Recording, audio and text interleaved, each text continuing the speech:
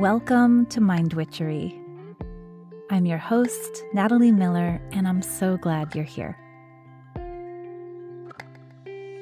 Hello, my darling. I'm glad that you're here today.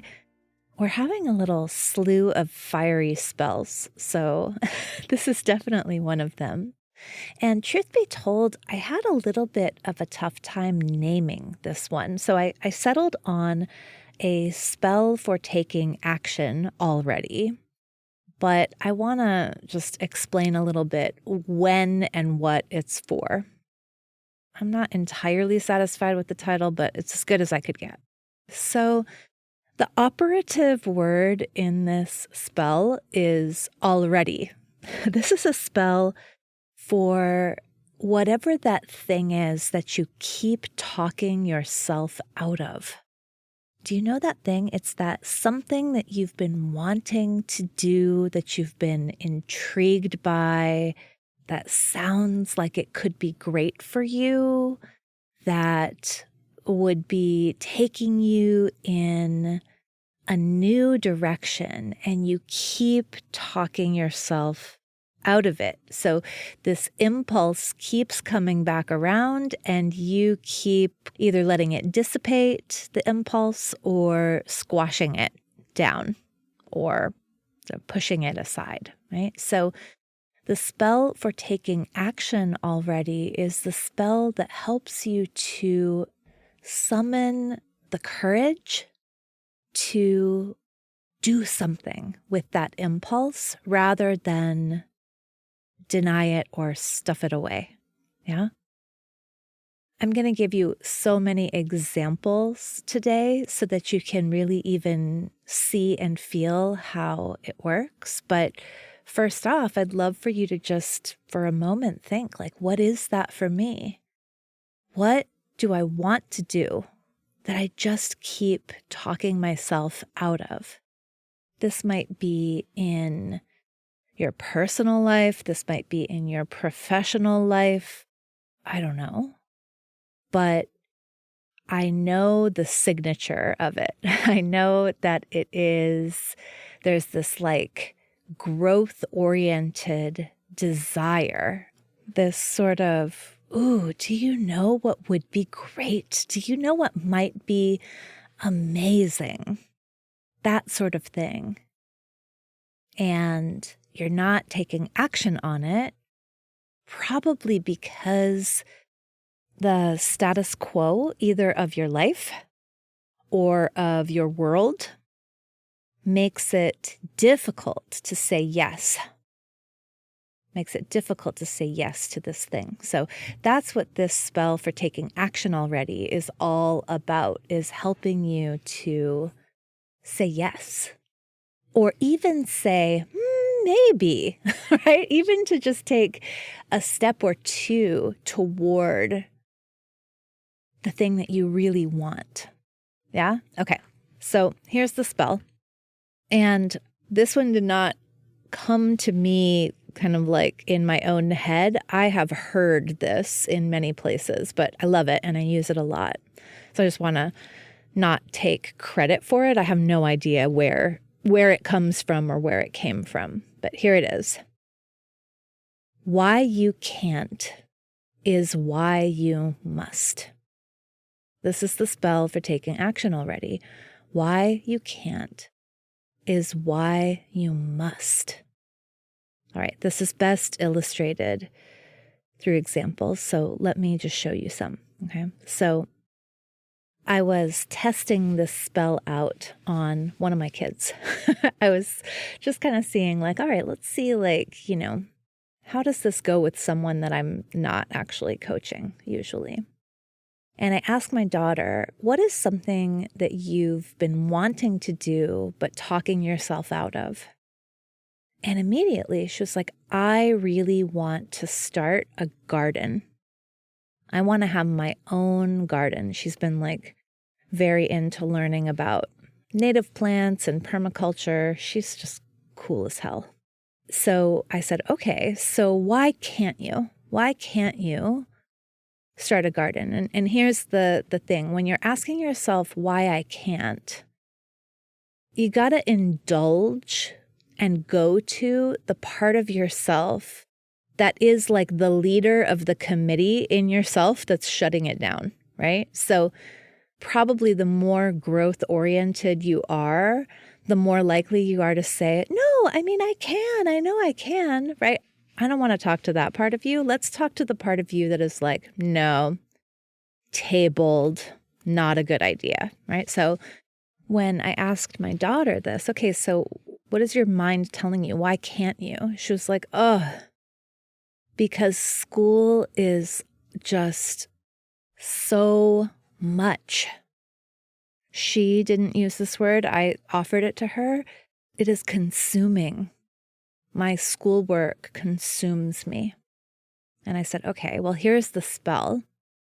Why you can't is why you must. School consumes me, so I must start a garden. And it was like so fun to watch her head tilt and her eyes look out to the horizon. She's like, yeah, that's right. I need some balance, and that might help me balance.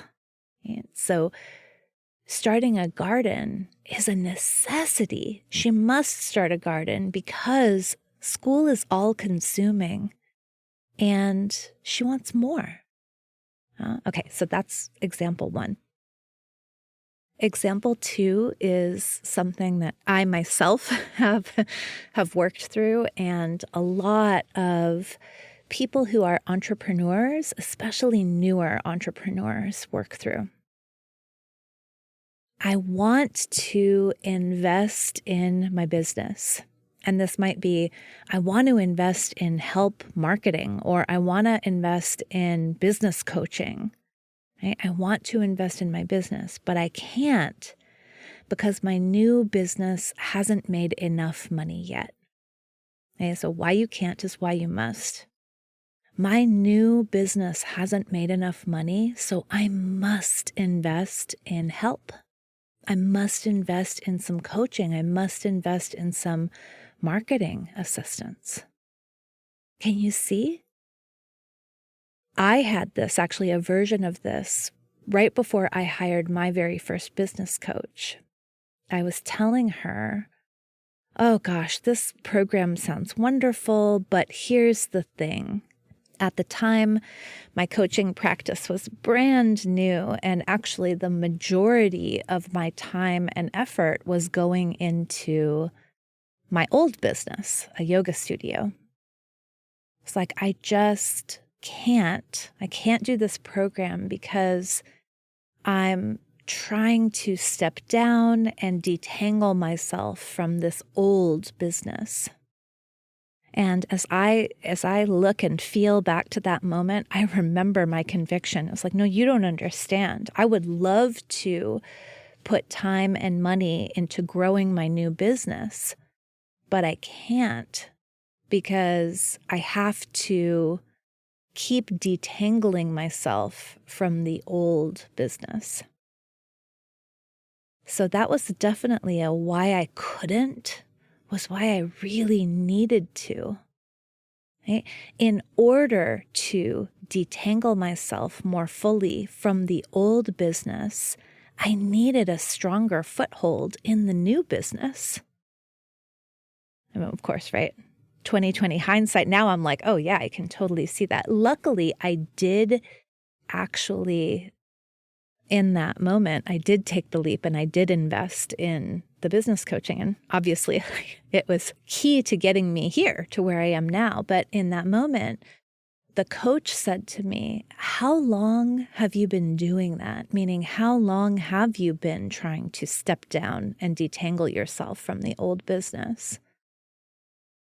And thankfully, I was able to see in that moment that it had been too long, that the status quo, the unsatisfying status quo, the roles and responsibilities of the old business, I had been kind of maintaining them. I had been transitioning so slowly that I was practically stuck. And so I was actually able to say, okay, Yes, you're right. It's been years, and I don't want it to be more years. So I must invest in some help so that I can create a foothold in a new business, so that I can truly detangle myself from the old one. Yeah. Okay. Here's another example. I have a friend who really wants to write erotica. I just think this is the most fun thing. She's a freak. She has all these freaky fantasies, and she's, I say that with like love and reverence. And she's always wanted to write. So she wants to write erotica. Now she keeps talking herself out of it because she says, I have no idea how to do that. I can't do it because I don't know how. So why you can't is why you must. You want to write erotica. You don't know how. Well, how else do you learn but by giving it a try? How else do you learn how to write a story but by writing a story? How does one take a story out of their head and put it onto a page? I mean, I don't know. I actually haven't really ever written any stories, but I do know this. Actually doing it is one way to find out. So why you can't is why you must. Here's another example. I have a couple of friends who are wanting to do more things alone, like take themselves out for solo dates, like travel alone a little bit. And if you ask them, why can't you, right? Now, again, there's a voice inside that is like, no, I can, right? But that's not the voice we want to talk to. We want to talk to the voice that's like, oh, no, yeah, you can't do that. That's a bad idea. And so why can't they like take themselves out for a date, dinner and a movie on their own? Because I'm so self-conscious. Because I'm worried of how weird that might look. Right? So why you can't is why you must. I must take myself out for a solo date because I'm so worried about how weird it will look, because I'm so self-conscious. This can pertain to any way of being more visible in a way that makes you a little self-conscious. Like this might be about having yourself on video on social media more often. This might be about standing up and speaking more at meetings, right? It's like, oh, but I'm so self-conscious. Yeah, that's why you must. Because moving through, growing beyond this self-consciousness, part of how we do that is we allow ourselves to feel it, right? We expand our capacity for the discomfort that goes along with it. That makes me think of a client that I have that I worked with for quite a while, and she really wanted this extremely high profile, high power position in her organization. The person who was in the role was retiring, and she wanted the role. And this position was much more visible, much more kind of like organizationally powerful. And she knew that this was a growth arc for her. And my love, this is key here with this spell. When there's something you've been wanting to do, but it is outside of your comfort zone or outside of your status quo, it is something to grow into. It's something to expand into. So this position was something that she would need to expand into. She would need to do more public speaking. She would need to take more stands from a leadership perspective. She would need to grow into it. And thankfully for her, thankfully for that organization, she said yes. She took all of those why I can'ts and turned them into why I musts. And I cannot wait to see what happens. On that note, I have one final example. It's a personal example. It's about my mom. It's about my mom. So once upon a time, when I was a teenager, my mom was an EMT. She was an emergency medical technician, and she worked for the city. And this is a small city. I lived in a little tiny town in New Mexico. So the city had decided to consolidate emergency services, and everyone who was an EMT had to also become a firefighter. And at the time, I guess my mom was, I don't know, like in her 40s, right? So perhaps you already know this, but to become a firefighter, the training and then like the test that you have to take to achieve firefighter status is A, incredibly rigorous, and B, designed for people in like able male physiology. So like how much you need to be able to carry and drag, like how fast you need to be able to run, all of that. It's designed around bodies that are not middle-aged women's bodies. So this is like the 90s. In the 90s, there are scarcely any women EMTs in this town, and there are 0 women firefighters.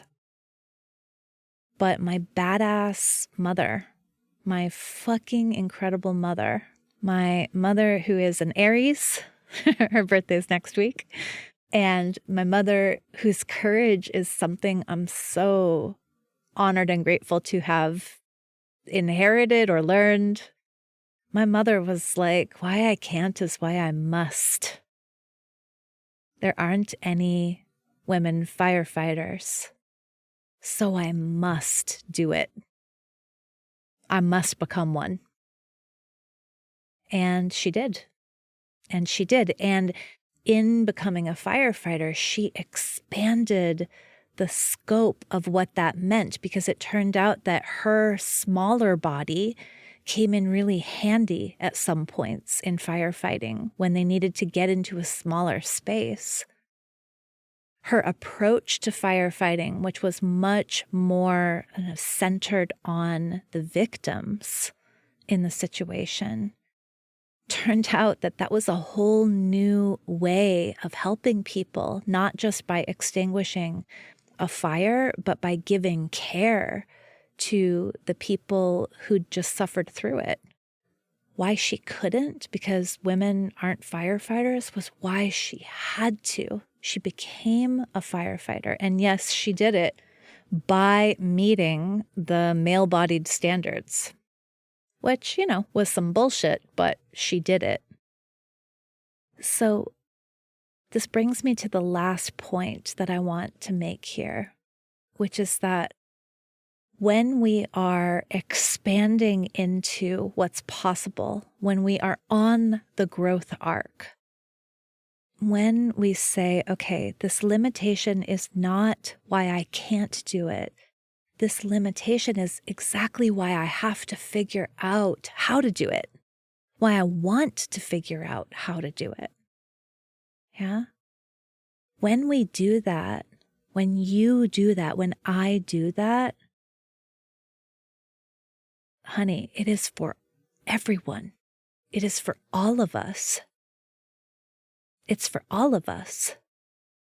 When my daughter figures out how to maintain a garden, even with her rigorous school responsibilities, when she figures out how to do that, she's not just doing it for herself. She's doing it for her friends. She's doing it for me. She's doing it for her future.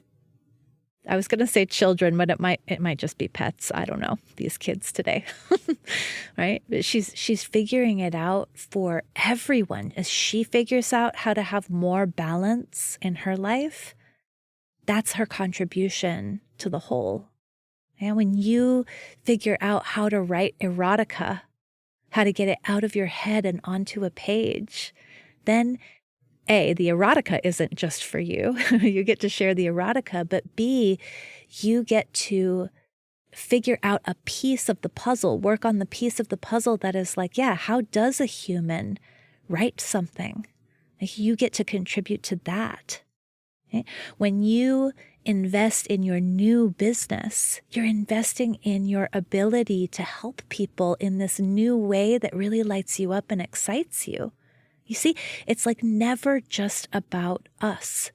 It's always also about the collective. And listen, the collective is immersed in a status quo that is white and patriarchal and crushed under the weight of late-stage capitalism, and it's ableist, and it's fucked. So almost all the why I can'ts come from the status quo, come from how things have been. But the reality is, you and I, we are co-creating how things are. And we can step toward how things could be. But in order to do that, we gotta take action already. We have to learn how to honor that impulse, that desire that keeps coming back around. So, why you can't is why you must. Why you can't is why you must. So, see how that might be true for you. And then from there, allow that must. Allow that, yeah, I gotta do this, to impel you forward to take just one step. Just one step. And that's important. To take action already means to take just one step at a time. But taking a step in the direction of what you want, that changes everything. That creates the very possibility that you're drawn toward. So do it already. All right, my love. As always, thank you so much for listening. Bye for now.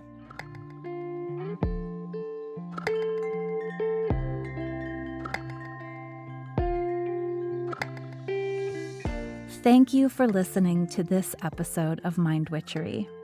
To catch all the magic I'm offering, please subscribe to the show. Or if you want a little bit of weekly witchiness in your inbox, sign up for my Sunday letter at mindwitchery.com. If today's episode made you think of a friend or loved one, your sister, your neighbor, please tell them about it. We need more magic makers in this troubled world. Like all good things, this podcast is co-created by stellar people. Our music is by fabulous DJ, artist, and producer Shammy D. Our gorgeous art is by the sorcerers at New Moon Creative. Mind Witchery is produced in conjunction with Particulate Media, K.O. Myers, executive producer. And I am Natalie Miller. Till next time.